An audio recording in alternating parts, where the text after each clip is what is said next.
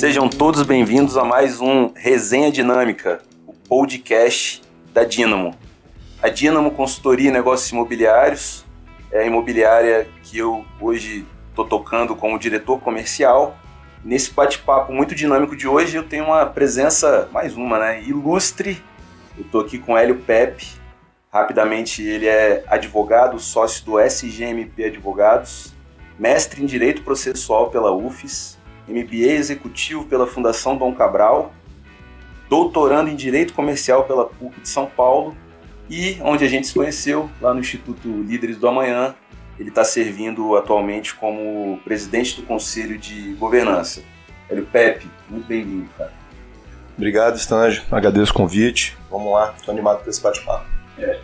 E aí, por que eu trouxe um advogado para a gente conversar, né? Tem tudo pro título dessa resenha ser o barato pode sair caro. Né? Quando a gente vai fazer negócios imobiliários, a gente tem a tradição e a gente tem a parte da burocracia. Então, o motivo de ter você aqui hoje é para a gente tentar falar tanto para os clientes, compradores, vendedores, eventuais aí parceiros construtores e até corretores de imóveis, meus colegas, sobre como a gente dá segurança jurídica nas transações imobiliárias. Né? Então eu queria te perguntar, assim, a primeira é o seguinte: a gente paga para assinar ou assina para pagar? Sempre tem essa dúvida, né? Botou o contrato em cima da mesa. Não, peraí, assina primeiro que eu faço a transferência. Não, eu faço a transferência e depois você assina. Vou jogar no seu colo essa. A gente assina para pagar, né? Ah, é? Claro, sim. Na verdade, é até mais do que assina para pagar, né? A gente tem toda uma etapa pré-contratual de diligência, de entendimento do imóvel, levantamento de certidões, do imóvel, dos vendedores, por que não, até dos compradores, dependendo das condições em que esse imóvel vai ser vendido. Depois a gente vai para as missivas para discutir os termos contratuais e aí depois a gente paga, né? Porque já pensou, você paga e depois a pessoa não concorda com uma cláusula de contrato, depois você tem que discutir reembolso, eventualmente nas próprias condições de negócio. Vamos supor, o imóvel era financiado, então o valor da entrada ia ser usado para quitar um financiamento, para liberar eventualmente alguma outra certidão. Então a gente certamente discute primeiro e assina o contrato e depois paga. Para depois pagar. Essa é o seu entendimento. Meu entendimento. Sim, embora a tradição seja muito importante no segmento imobiliário, e obviamente a gente pode discutir no contrato alguns caminhos para ficar menos burocrática a relação, mas o contrato rege, né? O contrato é a norma dos contraentes. O contrato vai ser um manual ali da negociação que a gente conversou ali na parte de propósito. Exatamente. É claro, é claro que hoje a gente tem uma evolução jurídica, e aí sem querer entrar no tecnicismo, principalmente pelo artigo 422 e pelo artigo 113, parágrafos do Código Civil, em que tá lá estipulado de uma forma muito clara que o contrato, ele, na verdade, é regido pelo comportamento e pela boa-fé objetiva, inclusive nas etapas pré-contratuais. Então, o que eu estou querendo dizer?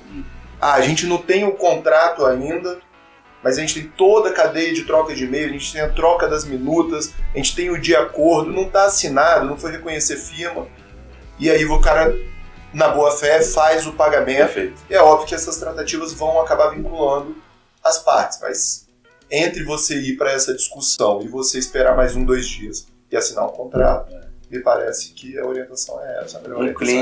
Um cliente meu falava que nenhum contrato suporta má fé. Está certo? Isso. Cara, assim, olha... Não vai adiantar estar no papel se não tiver essa parte que você falou. Assim, olha, hoje o comportamento ele ganhou uma importância muito grande no direito brasileiro, especialmente agora depois dessa alteração da Lei de Liberdade Econômica, que mudou esse artigo 113 do Código Civil. Mas a gente tem que lembrar que quando a gente vai a discussão do contrato que deu errado é uma discussão muito cara, a gente está falando de judiciário no momento.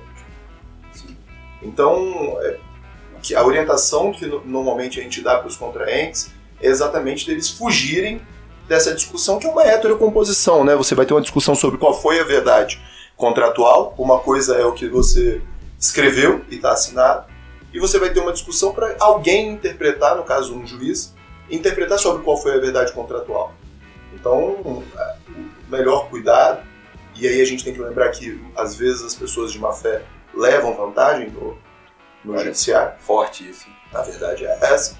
Até porque, como costuma demorar, o tempo vai correr. Olha, a favor, né? Eu não estou nem falando de malícia, eu não estou nem falando disso. Estou falando assim, olha, muitas vezes a gente tem uma relação absolutamente assimétrica. O cara vendendo aquele único terreno que recebeu de herança, é o único patrimônio da vida, o cara é menos instruído, vendendo para um fundo de investimento que tem todo um aparato jurídico para poder fazer com que uma situação se apresente perante o judiciário de uma forma que seja favorável para ele. E você tem do outro lado uma pessoa que está despreparada para esse tipo de comportamento.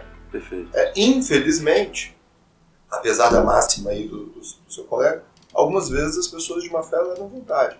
Olha, ela está preparada para isso. Primeiro aprendizado, dei o check aqui já no meu caderninho hoje, né, cara?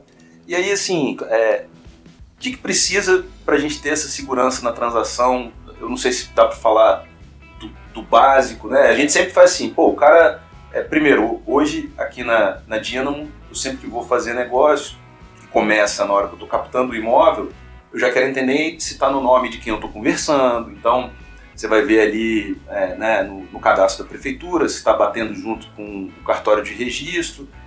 Então o pessoal fala, a certidão de ônus é a certidão de nascimento do imóvel, ali vai estar escrito a história toda, se foi financiado ou não. Só ela basta? Não, assim, você falou assim, primeiro esteja bem assessorado do ponto de vista de profissional que vai intermediar essa venda, essa compra e venda. Essa é a primeira questão.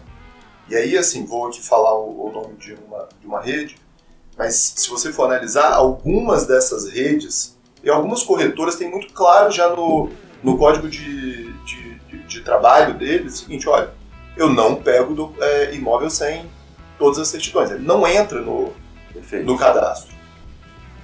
O cliente no mercado, e aí não é uma questão de má fé, é uma questão de estar procurando uma oportunidade.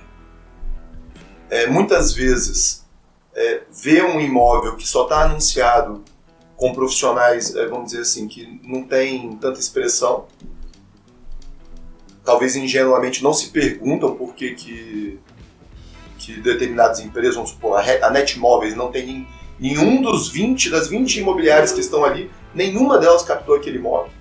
Eles não se perguntam às vezes por que isso acontece, e muitas vezes isso já é um sinal de que tem alguma coisa, algum documento diferente aí do normal. Aí você vem com uma segunda etapa, que é uma coisa muito curiosa, que acontece muito no mercado de vocês, que é aquela história assim, não, porque meu tio tem um terreno assim, então o cara ele quer transacionar, ele se diz autorizado a transacionar um terreno em nome de outro, sem mandato, sem nenhum documento, sem um e-mail dizendo, não, vai lá meu filho, procura aí para mim um profissional pra gente tratar disso.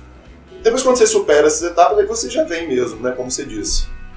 Transacionar com um imóvel que está no nome da pessoa, para você saber disso, você já fez uma diligência mínima quanto à certidão de ônus, você tem que buscar as outras certidões. Hoje, no cenário brasileiro, a efetividade da Justiça do Trabalho assusta, né, porque ela tem efetividade até às vezes para situações ruins. Uma das certidões mais importantes é a negativa? Negativo de débitos trabalhistas, sem dúvida nenhuma, assim, hoje é muito importante. E as tributárias, porque elas são onde você tem desconsideração de personalidade jurídica, onde você tem um acesso no patrimônio das pessoas muito mais agressivo do que na justiça comum. Então, você tem que fazer diligência mínima do imóvel e do vendedor, muito importante. Você entrou num ponto que estava até aqui na minha pauta e eu achei muito legal sobre estar bem assessorado. O corretor de imóveis tem como ali a sua missão aproximar as partes e rezar por uma venda saudável, né? Então, são muitas pontas, eu sempre falo isso para os clientes, para colegas, que elas não se comunicam entre si. Então, como eu falei, eu preciso ir lá olhar na prefeitura se com quem eu estou conversando é aquele cara que está na prefeitura. Ali vai também ter se tem débito. Aí depois eu preciso olhar com o síndico, o nada consta, porque o condomínio é do imóvel, né? Não é nem do CPF. E é um credor eventualmente privilegiado. É aí, tá vendo? Exatamente. E aí depois eu vou olhar a certidão de ônibus, igual a gente já falou, e vem as da pessoa, porque, por exemplo, a do trabalho, se eu estou vendendo, um apartamento, um terreno de um empresário que eventualmente está passando por uma, não sei, falência, você fala melhor do que eu, se aquela certidão não sair, quer dizer que eu posso transacionar e depois ter que devolver. O que pode gerar você não tá bem assessorado e passar por cima de alguma etapa dessas, às vezes achando que está fazendo um bom negócio? Pode gerar uma questão simples, né? É o comprou, mas não levou, não ganhou, mas não levou, não, porque o ganhou, mas não levou é menos pior do que o comprou, mas não levou. Ou seja, você compra o imóvel e ele ainda assim fica com as responsabilidades daquele vendedor ou as responsabilidades instas ao próprio imóvel. Se você der sorte, eventualmente é uma responsabilidade pequena. Agora, pode ser que você perca o próprio imóvel numa situação dessa. Eu já tive uma experiência até pessoal de estar comprando um imóvel e aí o contrato não chegava para assinar no outro dia, meia-noite, chega a minuta do contrato e eu reparo que não faz menção a uma certidão. Então, e aí... Para ser mais específico, você estava sendo assessorado por mim, né? E aí... Inscrição municipal. Inscrição estadual. É. E aí chega a primeira resposta: não, isso aí é um débito de IPVA, tá todo mundo tendo esse problema porque não manda mais o boleto e tal. O que é verdade. Muita gente tem tido esse problema. E aí na hora que ele vai pesquisar, não era um débito de IPVA, era um débito de ICMS da loja da vendedora, de uma das vendedoras, e que o débito lançado, e aí qual seria a sorte, se a impugnação que eles fizeram iria ter êxito ou não, era de 50% do valor do imóvel. Era menor do que a entrada que eu estava pagando. E aí, eventualmente, esse imóvel ainda ficaria com a possibilidade de responder por esse débito, se ela não tivesse outros ativos suficientes para responder. Então, assim, e aí você vê a outra parte, e eu fico me perguntando até hoje por que eu não representei essa corretora junto ao CRES. A outra parte estava muito mal assessorada. Perfeito. Uma pessoa que não fez as diligências mínimas, embora tivesse me passado a todo momento a informação de que ela estava com todos os documentos em mãos, etc, etc, etc. E que no momento adequado, quando fosse feito o contrato, ela iria me apresentar. Exatamente. E aí é interessante falar, às vezes, é só um IPVA, é uma parcelinha que passou ali do IPTU e tudo mais, mas daqui 2, 3 dias vai dar a baixa. Espera, claro. Então, tá bom, vamos esperar dar a baixa, porque não dá pra voltar, né? Hoje tem acontecido assim 3 situações. É isso que eu falo, o que você tem visto? Que nas certidões aparecem e assustam, mas que são simples até de resolver. IPTU no municipal, IPVA na estadual e dívida de contribuição de empregada doméstica na federal. Coisa pequena. Coisas pequenas, assim, são simples de resolver. Mas você toma um susto no meio da transação. Como é que a certidão não chega, como é que a certidão não chega e tal. Você toma um primeiro susto, assim. Mas, enfim, são até fáceis de resolver. Sim. Que não era o caso.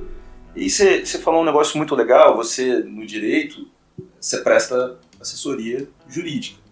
Eu aqui nos imóveis presto assessoria, consultoria na corretagem de imóveis, né? E muitas vezes a gente ainda vê, não sei se culturalmente, não sei o que acontece aqui, pelo menos do meu lado aqui da corretagem, os clientes tentando fazer sem o corretor, seja na hora de procurar ou seja na hora de vender. 5%, 6%, enfim, 3% é muito dinheiro para o cara só visitar a pessoa ali, levar lá em casa e tudo mais, né? Queria saber a sua opinião. No direito não dá para fazer tanta coisa sem um advogado. Dá para fazer muita coisa. Dá para fazer? Muita coisa, todo extrajudicial quase. Não precisa de advogado? Faz. Supostamente você faz. Supostamente. Assim. Então, eu vou entrar na pergunta para soltar para você falar, que eu gosto da tua opinião sobre isso. Queria entender o custo jurídico que gera para as pessoas nas transações não assessoradas. Cara, assim, ó, bem, Primeiro que eu acho que as pessoas têm uma leitura um pouco equivocada do lugar do corretor de imóveis no mercado. Eles ficam muito... E olha como é que são as coisas, né? A tecnologia confundiu mais.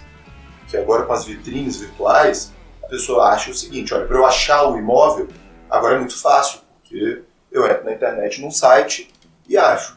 Cara, me desculpa, a vitrine virtual é o antigo classificado. Perfeito. Então, assim, ele só aponta que o imóvel existe. Ele tem as fotos. Olha, tudo bem, mas eventualmente, dependendo do anúncio do classificado, também tinha as fotos. Sim. Então, não é essa a substituição, não é esse o papel do corretor. Então, o papel do corretor, ele de certa forma, e aí, óbvio, sem a técnica específica, ele faz também uma assessoria jurídica. Olha, se ele faz o primeiro levantamento, se ele só coloca dentro da carteira dele aquilo que a assessoria jurídica dele diz, olha, esse imóvel está apto a ser vendido, a ser oferecido no mercado, porque ele tem responsabilidade, junto no CRES, de oferecer imóveis com problemas para os clientes, para o mercado, você já pulou um pedaço do problema. Perfeito. E a segunda questão que precisa de se entender muito sobre o corretor de imóvel, que não é a mera apresentação, não é a mera intermediação. Existe uma função econômica, um cálculo econômico para você fazer em relação ao imóvel. Você vai vender sozinho? Provavelmente você vai ter um tempo de maturação desse produto com a sua rede de acesso para que esse imóvel chegue no comprador, no potencial comprador, totalmente diferente quando você procura uma pessoa para intermediar. Então, o cálculo econômico eu quero vender por 1 milhão e vou demorar 2 anos para vender, ou eu quero vender por 1 milhão e ficar com 950 mil, 940 mil, dependendo da comissão de corretagem, mas provavelmente eu vou vender em 2 a 3 meses, porque o tempo de liquidez muda. É incrível como as pessoas discutem. Que visão, cara, bacana. Elas discutem imóvel como investimento, mas muitas vezes não trazem as premissas de investimento para análise dos imóveis. E tempo de liquidez é uma premissa básica de investimento. Então, você tem essa questão pouco discutida e pouco analisada assim, quando você vai discutir com os clientes. De outro lado, olha que curioso, muitas vezes a pessoa afoita ou para ultrapassar o corretor, ele vai tentar fazer negócio de lado dele, por conta própria. E se esse negócio der errado por algum motivo, ou porque o cara não entregou, ou porque o cara não pagou, na hora que chega no escritório do advogado, esse 5% virou caríssimo. Com o corretor aqui era 5%. Chega no escritório de advocacia, você vai ter tempo, mais honorário, custo, justiça. Porque agora você já tem um problema. Antes você não tinha um problema, você tinha uma solução, que era melhorar seu tempo de liquidez. Certo. Gastar 50 mil com uma solução. Agora você tem que gastar 50 mil com um problema. Ou gastar 50 mil, pessoal, se o imóvel, por exemplo, for de 1 milhão... E o advogado cobrar os mesmos 5%. Isso, exatamente. É isso que eu estou querendo dizer. Então o corretor resolveria o problema de levantar 1 milhão e levaria 50 mil de comissão. E você teria a sua liquidez. E você teria a solução e a liquidez. Desde que você esteja trabalhando com um corretor sério, devidamente assessorado, etc, etc. E quando dá o problema, então você está dizendo que agora ele vai ter que gastar 50 mil com o advogado com uma solução demorada. Olha só. Se a gente estiver falando de acionar a máquina judiciária, a gente está falando de 4, 5 anos. A gente tem que considerar que a gente está num estado que tem campeão de morosidade. Eu não estou fazendo crítica a juiz, a desembargador, ninguém não. A gente até que eles se esforçam muito, mas a verdade, por dado, é que o nosso sistema judiciário aqui no Espírito Santo é um sistema demorado. Enfim. Não, e aí mas aonde é rápido, não é bom também. Então, assim, é problema de qualquer jeito, né? De qualquer jeito. Então... essa é uma análise muito, acho que às vezes pouco feita pelos agentes no mercado que estão transacionando os imóveis. Cara, nunca ouvi esse papo. E assim, a gente já se conhece, conversa muito sobre isso, até por isso que veio o convite para você estar aqui. E é realmente interessante, eu fiz um post esses dias falando isso, né? Imóvel custa lá 1 milhão e tanto, e às vezes você faz a assessoria, o cara não quer nem que eu trabalhe para ele, porque às vezes ele realmente arranja ali um primo, um amigo, um colega da igreja, da pelada, do trabalho, que fala, não, eu compro de você. E aí o cara, e agora, o que eu faço? Fulano falou que compra.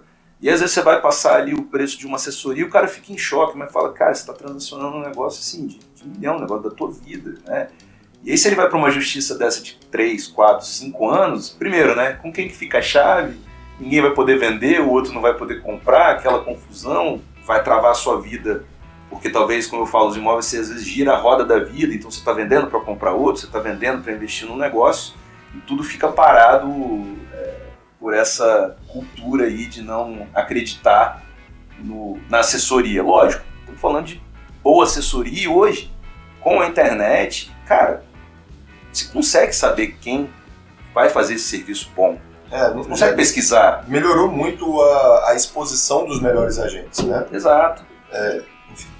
E você ainda tem assim, você vai comprar um imóvel de determinado patamar, procura um bom corretor. Você vai comprar um imóvel num patamar um pouco acima, ou você conseguiu perceber num primeiro problema que tem alguma coisa ali que você precisa entender melhor, procura um advogado.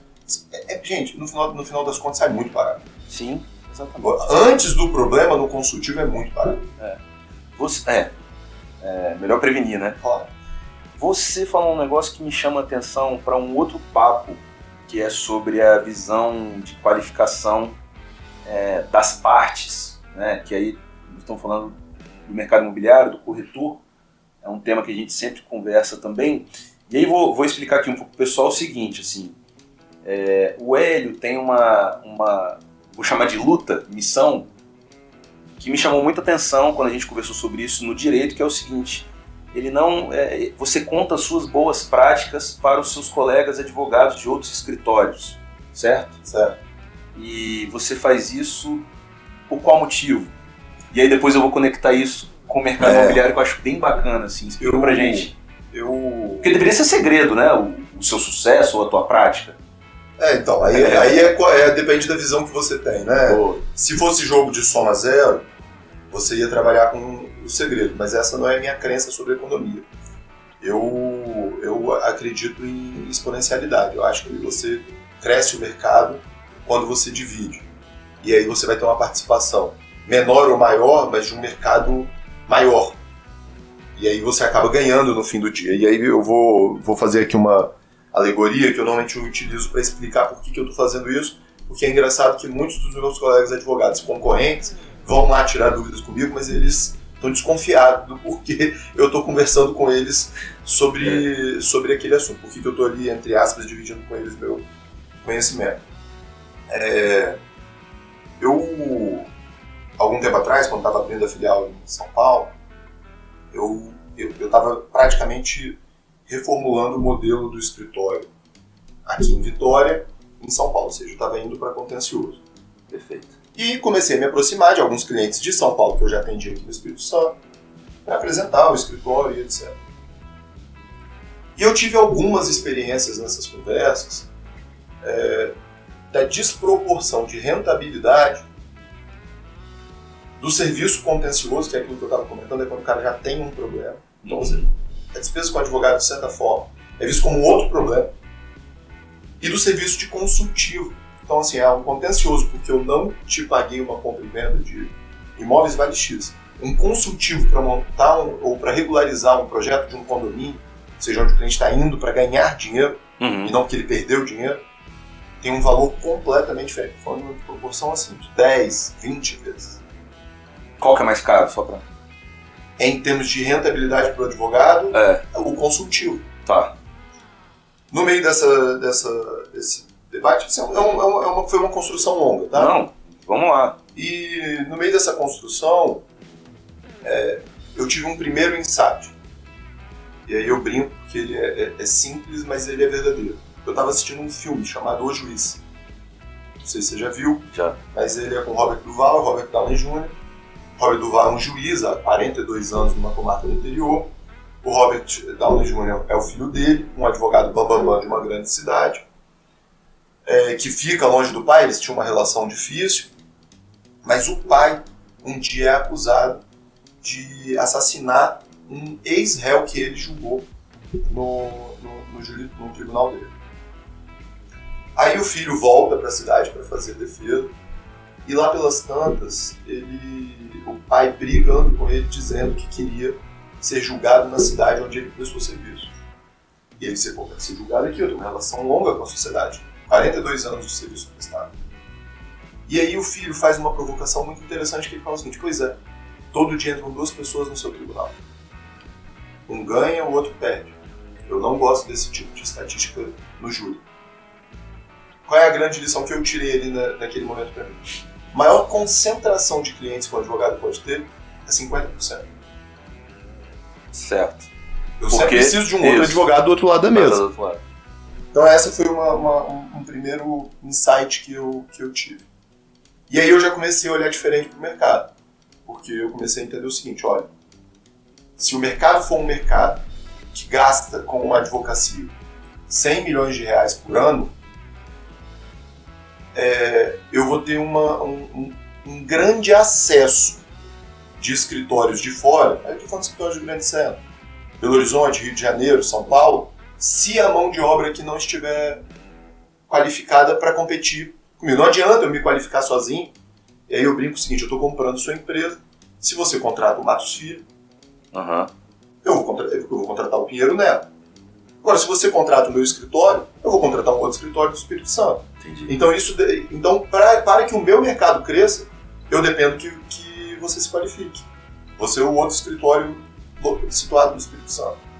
Então esse foi um primeiro insight. Falei, opa, eu posso ter 50%, mas se o meu mercado não se qualificar, eu vou ter 50% de um mercado pequeno. Então eu preciso que ele se qualifique. Ainda que eu tenha um percentual menor, eu vou ter em valor nominal, no final das contas, um valor maior. O segundo insight que eu tive foi depois estudando economia e entendendo sobre economia de custo de transação.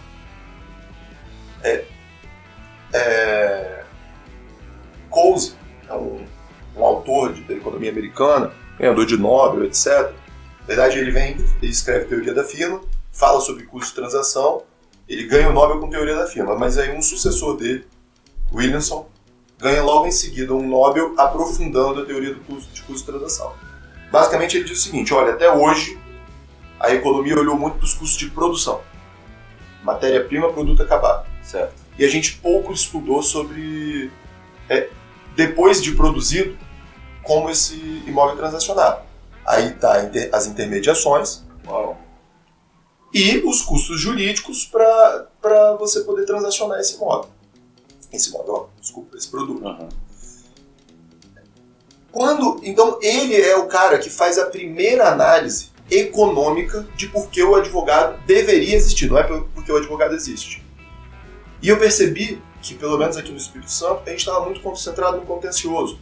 A gente não estava concentrado em fazer as empresas fazerem negócio. A gente estava concentrado num pequeno delta de todos os negócios que são feitos, que são os negócios que dão errado. E ainda repetindo, a meu ver de forma infame, que advogado ganha dinheiro com crise. O advogado não ganha dinheiro com crise. Crise aparece lá aquele cisne negro que você tem uma oportunidade para ganhar dinheiro no meio daquilo. Mas advogado ganha dinheiro com prosperidade. Perfeito. Ou seja, com mais negócios acontecendo, desde que eu esteja do lado certo da mesa. Certo. Não é ficar de fora da mesa esperando aquele negócio dar errado. É sentando na mesa para que mais negócios aconteçam. Advogado é o cara, no ambiente regulatório, que tira a fricção ou que dá o caminho dentro de todas as restrições legais para que um negócio possa acontecer. Então, quando eu entendi isso tudo, eu falei bem assim, cara, eu tenho um problemaço aqui, que é o seguinte, eu não sei se os meus colegas estão entendendo isso, e eu tenho certeza que os meus colegas em São Paulo, Belo Horizonte e Rio de Janeiro já começaram a entender. E aí estão rodando em outro patamar porque os caras estão... Eles estão rodando em outro patamar. Lubrificando a máquina da economia de custo de transação. Outra quantidade de dinheiro, assim, ó, eu vou falar porque é número público. Saiu inclusive numa matéria da Piauí que eu estava lendo ontem.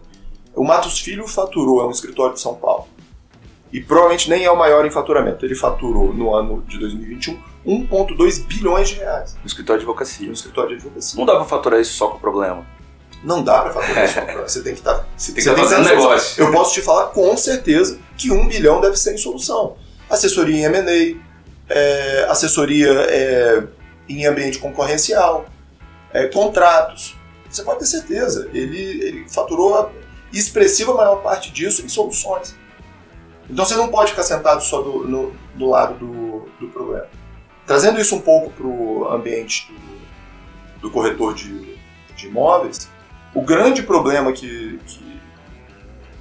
o corretor enfrenta hoje, a meu ver, é a falta de qualificação. Porque, olha só, se o cliente saísse de casa todo dia, sabendo que se ele insere na transação dele um corretor que de fato vai fazer o levantamento, vai dar segurança, vai procurar um cara que não vai ficar lá só visitando, orelhando, né, que o pessoal fala. Ele de fato vai ter assertividade com o cara que leva no imóvel.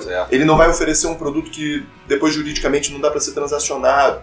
Ele não vai botar um cara que é caloteiro para comprar, etc, etc. Se essa for a regra entre os corretores, será em algum momento a regra entre os clientes de como eles veem os corretores.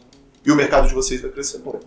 Então eu acho que você ter iniciativas, como por exemplo um podcast desse, para ajudar a qualificar o ambiente que seus colegas atuam, é uma forma de você fazer o seu mercado de 100 milhões de reais em intermediações imobiliárias virar um mercado de 200 milhões de reais. Porque quanto mais qualificado for, menos clientes vão fazer aquele negócio, não, vou procurar meu primo aqui, meu tio, etc. Cara, podemos encerrar já por hoje, eu acho. Não, assim, você falou foi extremamente forte. Eu espero que quem ouviu isso aí tenha sido impactado. Volta um pouquinho e ouve de novo, porque é muito sério isso. Foi uma coisa que me motivou a tocar esse projeto, podcast, e também de, no melhor dos sentidos, distribuir aí os conhecimentos e as minhas opiniões, né? Você falou da gente olhar o imóvel como investimento, mas não tratá-lo como. Então, lá em 2013, eu sempre conto essa história, eu li ali o livro do Sonho Grande, e tinha uma conta sobre os imóveis que faziam parte das lojas americanas, que foi comprado, né, pelo 3G e tal. E eu olhei aquela conta técnica e falei assim, cara, imóvel tem que ser mais do que... imóvel dobra de valor. Quem compra terra não erra. Pode estar tudo certo essas coisas. Agora, no Covid, a gente teve a onda da galera falando imóvel não pega vírus. Mas tem também a parte técnica, né? E até remetendo um pouco ao que você falou das vitrines, você pode ter a vitrine, hoje está muito em voga aí vídeo, dancinha no TikTok, foto profissional, que eu também faço. Agora, a parte de visita e exposição, eu acho que ela não é nem 50% da nossa atividade. Eu sempre falo que o trabalho do corretor começa quando o cara fala, tá bom, agora eu quero comprar. Ou quando o cara vem aqui e fala, toma aqui a chave para você vender.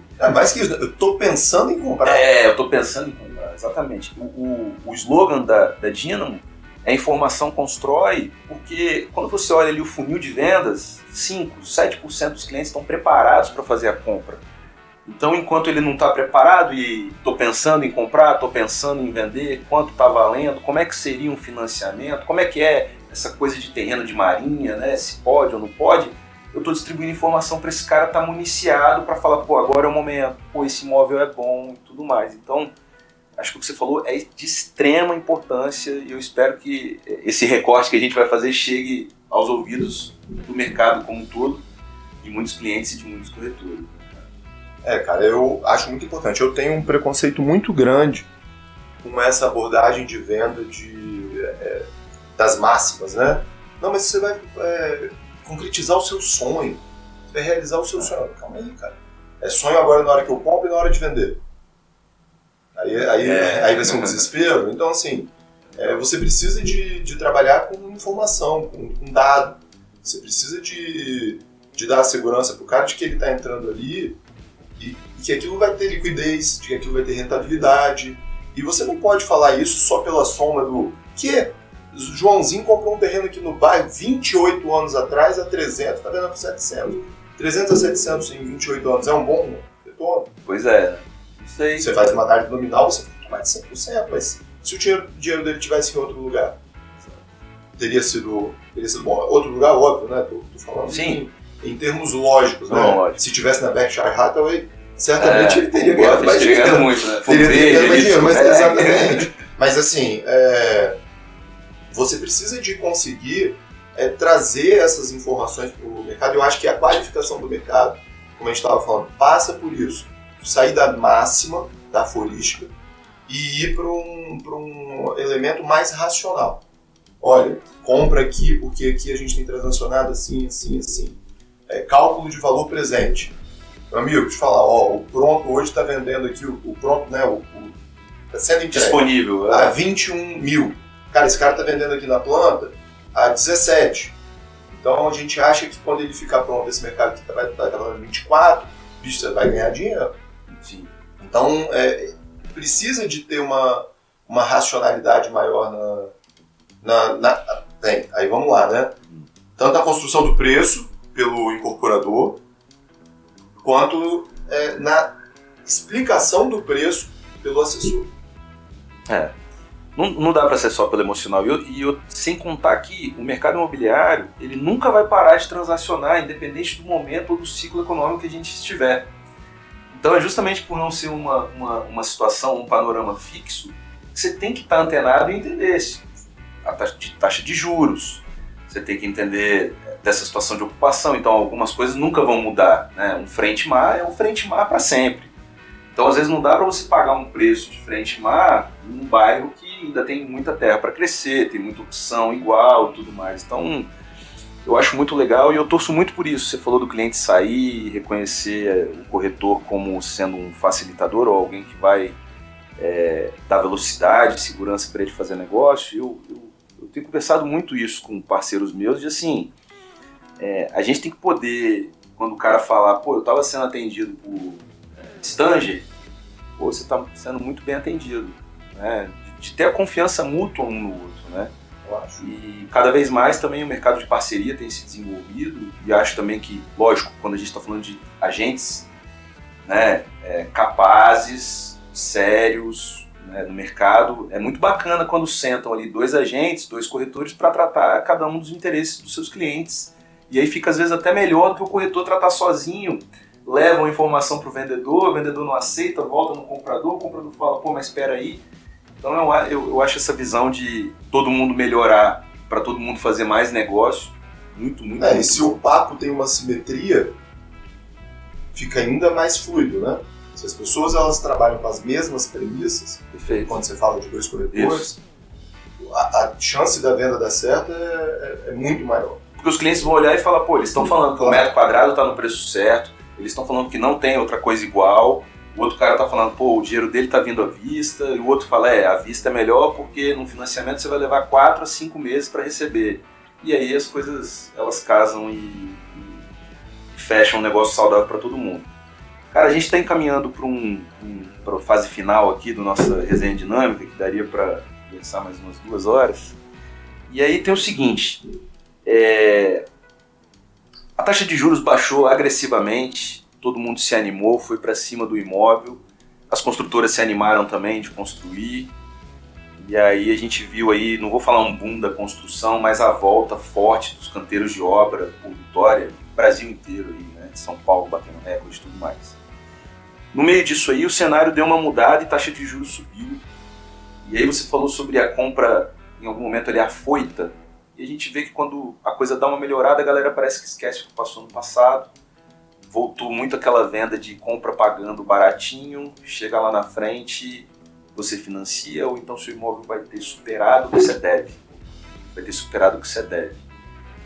E aí quando o cara chega para receber a chave do imóvel, bom, ele tem que financiar um pedaço grande e o que ele ficou devendo foi corrigido ao longo do tempo. E aí a gente tem a bendita onda de extratos, que já está tomando conta de algumas capitais ou mercados. Eu tenho uma teoria de que ela ainda não começou, não é que eu torça por isso, né? Antes que falem aí, nossa, esse é pessimista. Mas ela é uma realidade. O que você está vendo hoje sobre o distrato? A gente tem a lei do distrato, mas o que você tem visto aí no meio jurídico e como proceder, enfim? Cara, eu vou chegar no distrato, mas eu queria falar de uma coisa antes que chega no distrato. Assim, quando teve esse boom de construção, de valorização, etc., eu achei aquilo muito esquisito. O que acontece? Você vai pela lógica assim, do capital, bem, quem gera riqueza na sociedade são as empresas, né? Perfeito. A gente precisa lembrar disso porque as pessoas acham que os estados geram riqueza, o Estado não gera riqueza, o Estado fica com um pedaço da riqueza e redistribui normalmente de forma bem malévola. As empresas geram riqueza. Quando você tem custo baixo de capital, a empresa, ela normalmente tem um estoque de projetos que não foi à frente porque o dinheiro do sócio não valia a pena, ele tem outras oportunidades de investimento de capital, e porque o crédito para ele ir no financiamento, na estrutura bancária, no sistema bancário, estava alto. Certo. Então, a lógica econômica é que você pegue os projetos que estavam armados. Apareceu dinheiro baixo no mercado, tem que lembrar. Dinheiro baixo na taxa de juros de 2% impacta nos imóveis e impacta em qualquer outro projeto de qualquer outro produto ou serviço que você venda. Então, a lógica é que você gere projetos dentro das empresas. Esses projetos gerem resultados, esses resultados gerem dividendos. Esses dividendos aqui são do mercado imobiliário. O que a gente viu foi uma coisa quase instantânea.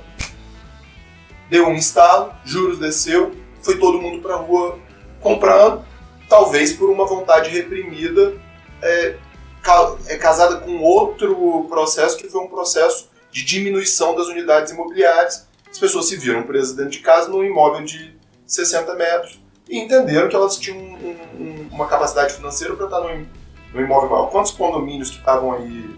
Os horizontais foram tudo embora, né? De lote, de casa. Exatamente, estavam empacados. Exato. Né? E acabaram se resolvendo. Então, eu lá, quando vi esse primeiro processo, eu achei aquilo...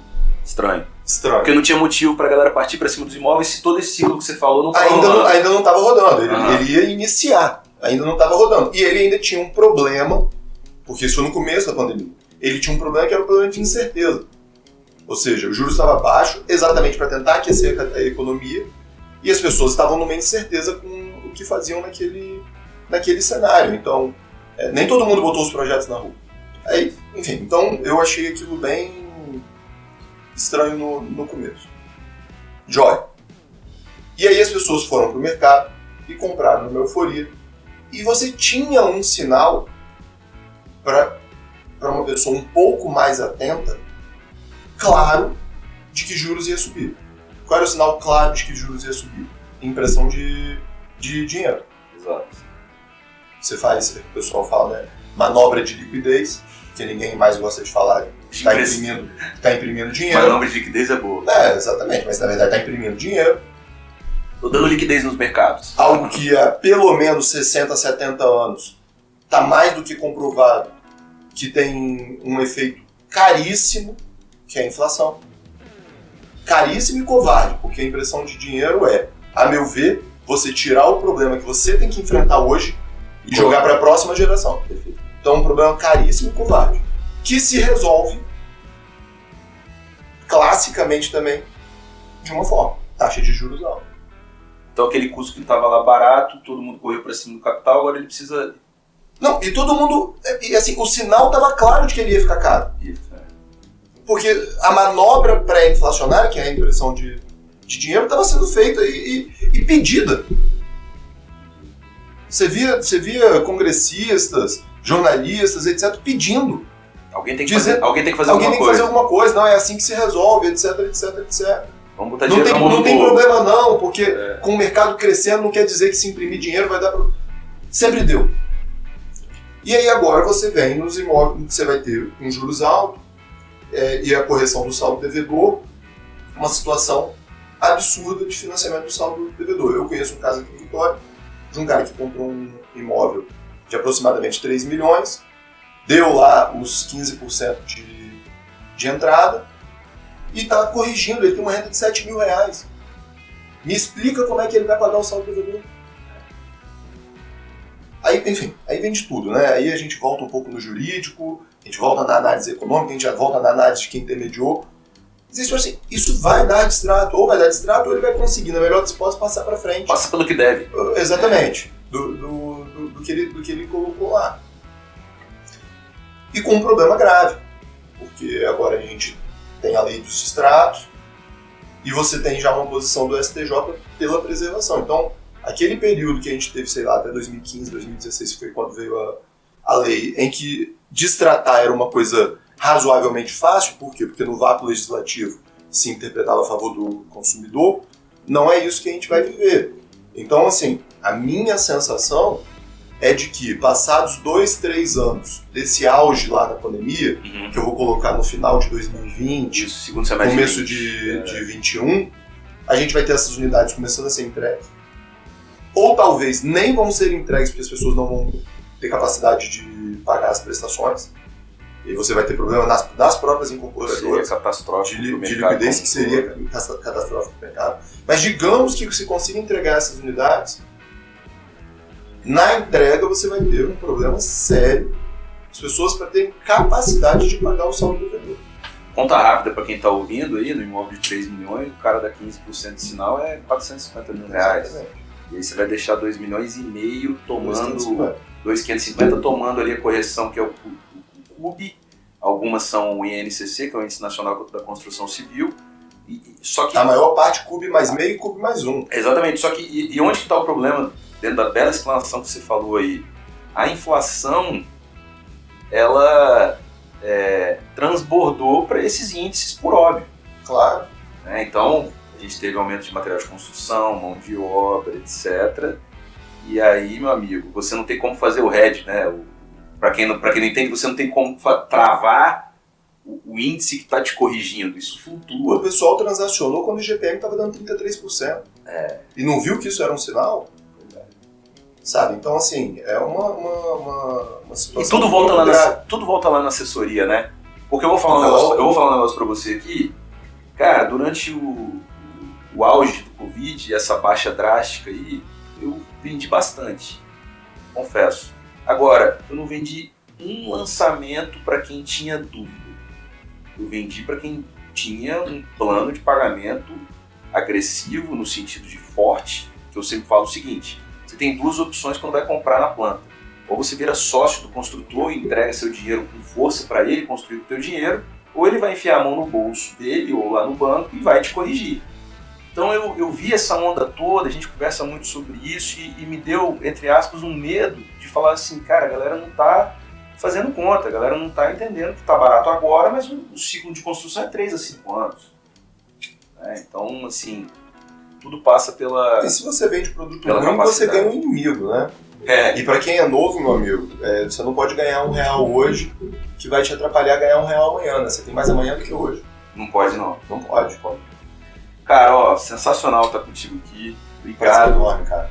A gente vai para a parte final, que é a seguinte, agora é final mesmo, tá? Bom. Aí a gente sai fora do assunto de imóvel, direito, etc. e cai aqui num pouquinho mais do LPEP. Primeiro eu quero saber o seguinte, cara, qual livro você indica para os nossos ouvintes aí, telespectadores, que te marcou? Pode ser de mercado, pode ser de filosofia, de direito. Cara, para fazer negócio, Lógica do Cisne Negro. Para fazer negócio. Porque tem a ver com o que eu estava falando aqui, né? Lógica do Cisne Negro, ele basicamente... Do Nassim Taleb, ele basicamente conta a história de que o nosso nem que a vaca tussa, na Inglaterra, em X séculos atrás, é mais fácil aparecer um cisne negro. Então eles achavam que aquilo era algo que não existia. Simplesmente porque, na verdade, eles desconheciam, não existia. É quase uma arrogância humana, né? Nós, seres humanos, temos esse costume. E um dia, numa dessas expedições, eles chegaram na Austrália e descobriram que não só existia, como a raça dominante de cisne lá era negra. Olha só. Muitas vezes, quando você tem um problema no mercado imobiliário, no mercado qualquer, né?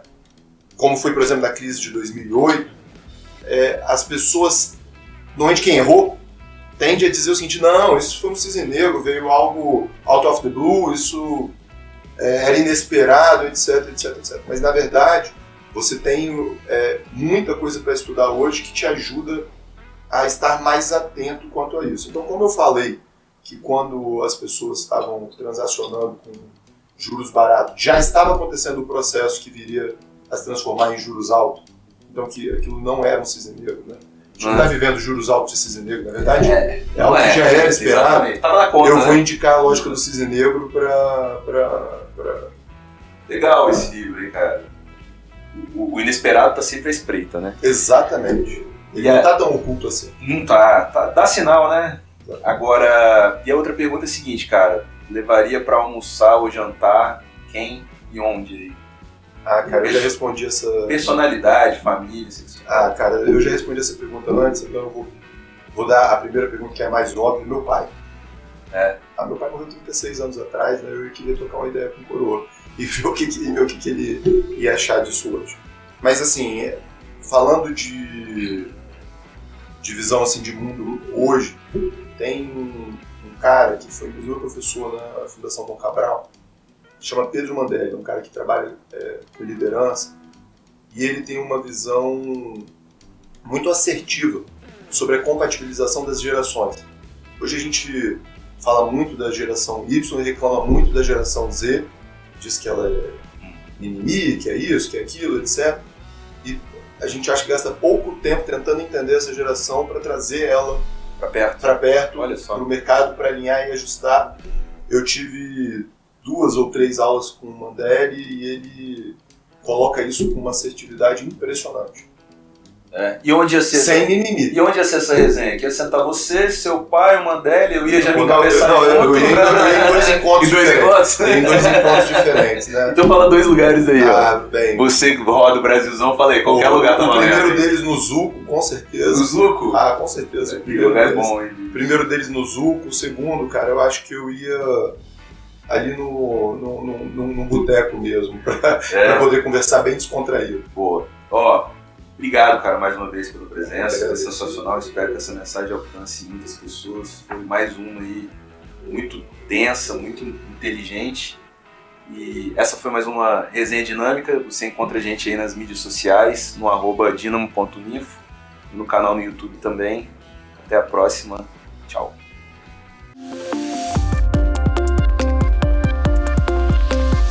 Dínamo. Informação constrói.